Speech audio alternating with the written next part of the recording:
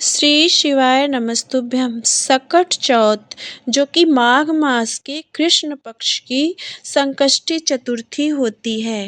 माघ मास के कृष्ण पक्ष की संकष्टी चतुर्थी बहुत ही शुभ तिथि मानी जाती है। यह जो व्रत होता है वह निसंतान दंपतियों के लिए सबसे शुभ और सबसे सफल व्रत माना जाता है। इस दिन जो माताएं होती हैं अपने पुत्र के उत्तम भविष्य के लिए और उनके उत्तम स्वास्थ्य के लिए व्रत रखती हैं और पूजा पाठ करती हैं। इस दिन जिन महिलाओं को पुत्र प्राप्ति में समस्याएं आ रही हैं, पुत्र प्राप्ति की कामना रखती हैं, इस दिन इस व्रत को वो महिलाएं भी रख सकती हैं। ऐसे में अगर आपको संतान प्राप्ति की कामना है या पुत्र प्राप्ति की कामना है, आपके घर में कन्या ने पहले ही से ही जन्म ले रखा हो और आपको पुत्र प्राप्ति की कामना है, तो संकष्टी चतुर्थी के दिन आप व्रत अवश्य रखें और भगवान गणेश की पूजा अर्चना करें। यदि आप भगवान गणेश का व्रत नहीं रख पा रही हैं या रखने में समर्थ नहीं हैं, तो सिर्फ आप पूजा अर्चना करें और उपायों को करें। सिर्फ उपाय करने से ही आपके घर में भगवान गणेश की कृपा से बच्चों की किलकारियाँ ज़रूर गूंजेंगी और आपकी मनोकामना बहुत जल्द पूरा होंगी। जो भी निसंतान दंपति हैं, पति पत्नी हैं, ये दोनों मिल कर के उपाय करते हैं, पूजा पाठ करते हैं या व्रत करते हैं, तो आपको आपकी जो मनोकामना है वो बहुत जल्दी पूरा हो जाती है। क्योंकि संतान प्राप्ति के योग, पुत्र प्राप्ति के योग पति पत्नी दोनों के भाग्य से मिलकर बनते हैं। तो यह उपाय हो या कोई और उपाय हो, कोशिश यही करें आपकी पति पत्नी दोनों मिलकर साथ में करें। किसी कारणवश यदि पति इस उपाय को नहीं कर सकते हैं, तो आप अकेले इस उपाय को कर सकती हैं। इसके लिए आप सुबह सवेरे उठकर व्रत का संकल्प लें। व्रत का संकल्प लेने के बाद ही आप व्रत का शुरुआत करेंगे।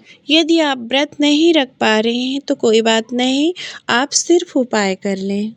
क्या क्या किन किन चीज़ों की आवश्यकता इस उपाय में पड़ेगी, इन सब चीज़ों की जानकारी आपको इस वीडियो में आगे दी जाएगी।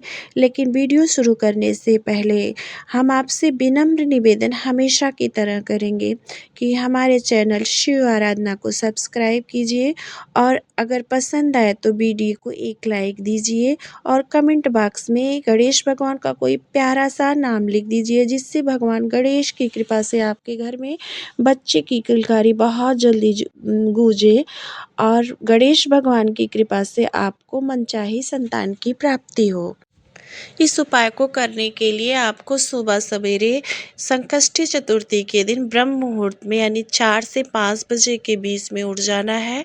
उठ करके आपको स्नान ध्यान करना है। स्नान ध्यान करने के बाद सबसे पहले आपको सूर्य भगवान को जल अर्पित करना है, क्योंकि देखिए अगर आप चाहते हैं कि आपको संतान की प्राप्ति में कोई बाधा ना हो, तो आपको अपनी कुंडली में सूर्य को प्रबल करना होगा। इसके लिए आपको सूर्य भगवान को अर्घ्य देना होगा। सूर्य भगवान को अर्घ्य देने के बाद आप अपने मंदिर में जिस तरह से प्रतिदिन पूजा पाठ करते हैं, आपको अपने मंदिर में उसी तरह से पूजा पाठ करनी है। लेकिन यदि आपके मंदिर में भगवान गणेश की कोई प्रतिमा हो, कोई मूर्ति हो या उनका कोई भी स्वरूप है, तो उनके सामने आप एक दुर्वा की माला उन्हें ज़रूर अर्पित करें। फिर आप दिन भर निराजल या अगर निराजल व्रत नहीं रख सकते तो फलाहार खाकर व्रत रखें और शाम के समय स्पेशली चंद्रोदय उदय से पहले आपको शाम के समय पूजा करनी है। अब पूजा में आपको क्या करना है, आप इस बात को समझिएगा। आपको भगवान गणपति के बाल स्वरूप की कोई भी आपके पास बाल स्वरूप की मूर्ति हो या प्रतिमा हो, आप ले लीजिए और भगवान गणेश को एक पाटा बिछा करके उस पर हरे रंग या लाल रंग के वस्त्र बिछा करके भगवान गणेश को स्थापित कर दीजिए। अब आपको क्या करना है, अब आपको सकट माता यानी माता पार्वती को स्थापित करना है। उसके लिए आपको थोड़ा सा गाय का गोबर लेना है और गाय के गोबर से जिस तरह से हम शिवलिंग बनाते हैं, आपको उसी शेप में बना देना है। इसे आप एक दिन पहले भी बना कर रख सकते हैं और धूप में सुखा कर के उसको पूजा में इस्तेमाल कर सकते हैं। अब आप माता पार्वती को, सकट माता को स्थापित करेंगे। अब आपको क्या लेना है, आपको एक सुपारी लेनी है, जो पूजा पाठ में इस्तेमाल किया जाता है वो सुपारी लेनी है।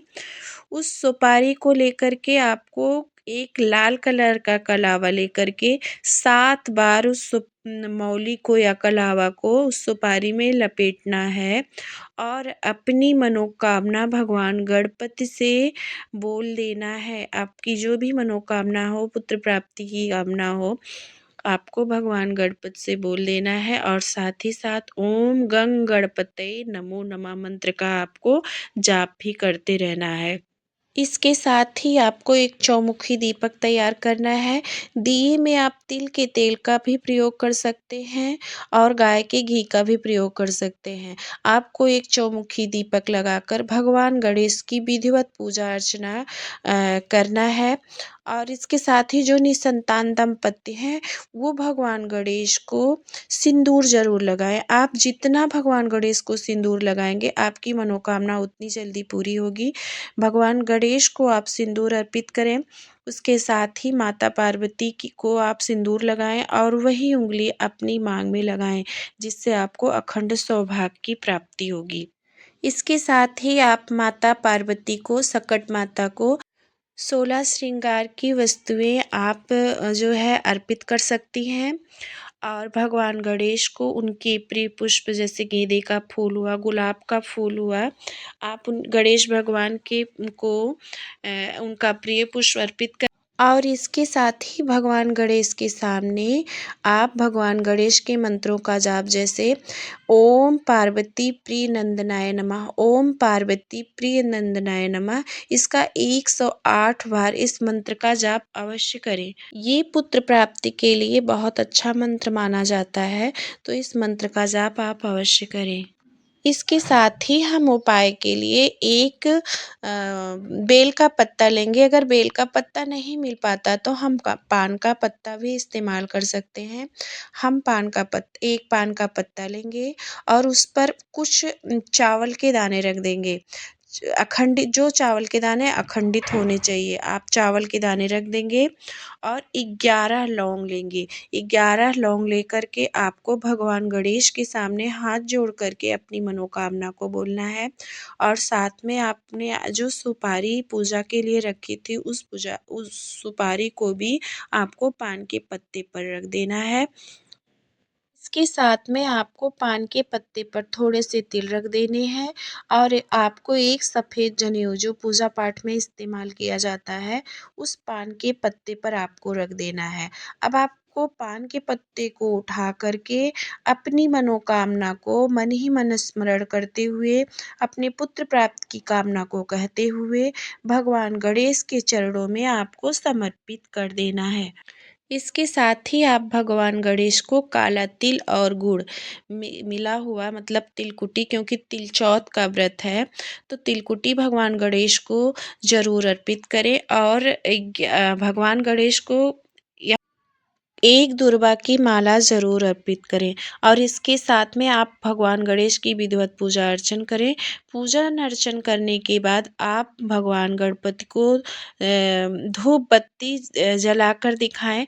धूप बत्ती दिखाते समय आपको भगवान गणेश के एक नाम धुर्वर्ण, जी हाँ, धुर्वर्ण नाम का स्मरण करते हुए अपनी मनोकामना को अवश्य बोलें।